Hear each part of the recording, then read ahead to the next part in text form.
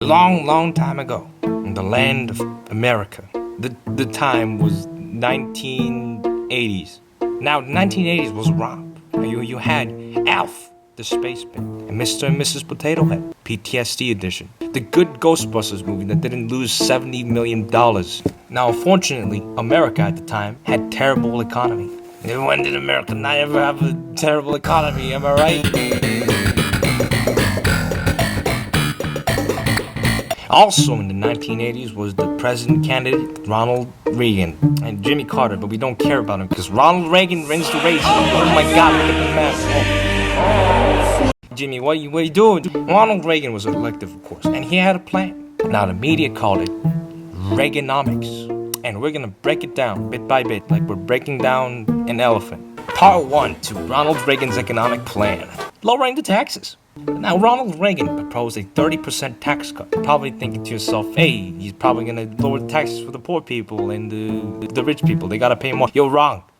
Yeah, you were wrong. Ronald Reagan, he lowered the taxes for the rich people. Now, you might be thinking to yourself, hey, what's up with this guy? Is this guy gumball? Well, let me tell you how it works. Ronald Reagan's trickle-down economics. All right, part 1.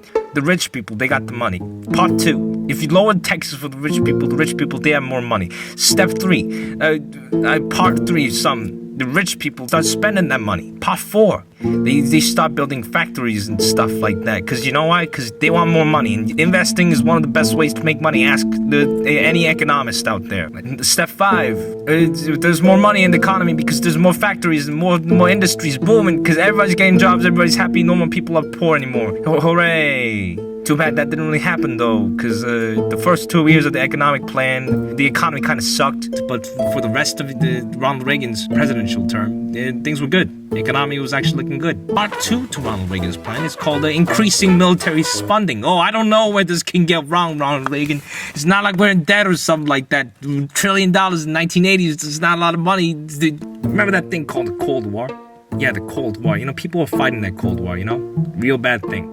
Anyways, Ronald Reagan thought to himself, hey, you know, we fight in the Cold War with the Russians. The Russians, they got nuclear weapons. We got nuclear weapons too, but if they launch a nuclear weapon, the only way that we can really attack them back is by launching nuclear weapons. In that case, everybody's screwed because we all have nuclear weapons flying at each other, but we don't have a way to get rid of them. Now, Ronald Reagan comes up with this genius idea, right? He's going to make a space satellite that shoots down laser-guided missile breaking programs. We're going to send it to space. Critics call it the Star War. You know, the movies with the chubby guy directing the white guy. Anyways, Ronald Reagan calls that. And we have a lot of military spending now. We're making bombs, we're making anti-bombs, we're making all sorts of things. And the military's getting crazy. And Reaganomics was successful, at least for the 1980s. Mr. and Mrs. Potato Head finally got the money enough for their therapy. But you know, it did triple the national debt. So take it as you will. Reaganomics, that's it. Stop watching the video.